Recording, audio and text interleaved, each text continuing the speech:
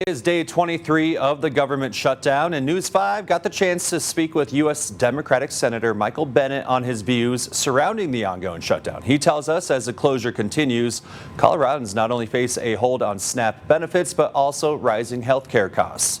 A shutdown revolves around Republicans and Democrats not coming to an agreement on whether to extend Enhanced Affordable Care Act subsidies. Some Coloradans worried that if they don't get those subsidies, they won't be able to afford health coverage. This is a moment where we have said we're not going to support the president's budget unless he addresses an issue of bipartisan concern to the American people, an issue where 80% of the American people are in agreement that in our broken healthcare system, the least we could do is extend those tax credits. Now, the Colorado Division of Insurance says 75 to 100,000 Coloradans could lose access to their insurance if those subsidies are not extended.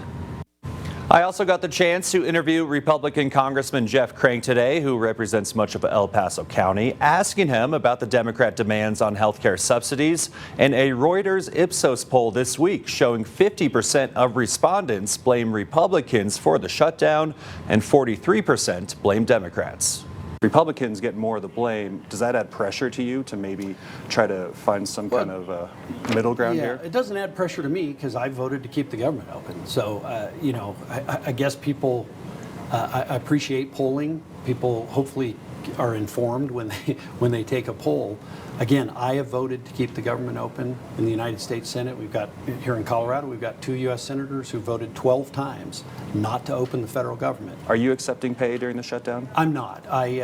So members of Congress pay is constitutionally mandated, but there is a provision that we can send a letter to the House and just ask that they withhold our pay. And I did that on, I think about the 15th of the month. We get paid every month, so I haven't been paid throughout the shutdown. You're saying there's no compromise on a clean resolution, which makes sense to me, but is there no path forward where Republicans do just kind of work in the ACA subsidies into some kind CR?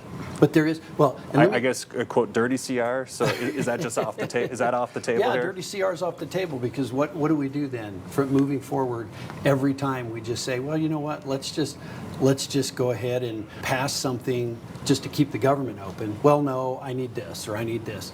It's just not something Washington's ever really done before, and I think it would set a very dangerous precedent. We would have shutdown after shutdown. It would actually give them more credibility for a government shutdown and for doing it. And then in terms of the ACA subsidies, if and when you ever do vote on those, are you willing to extend them at all? In their current form, no.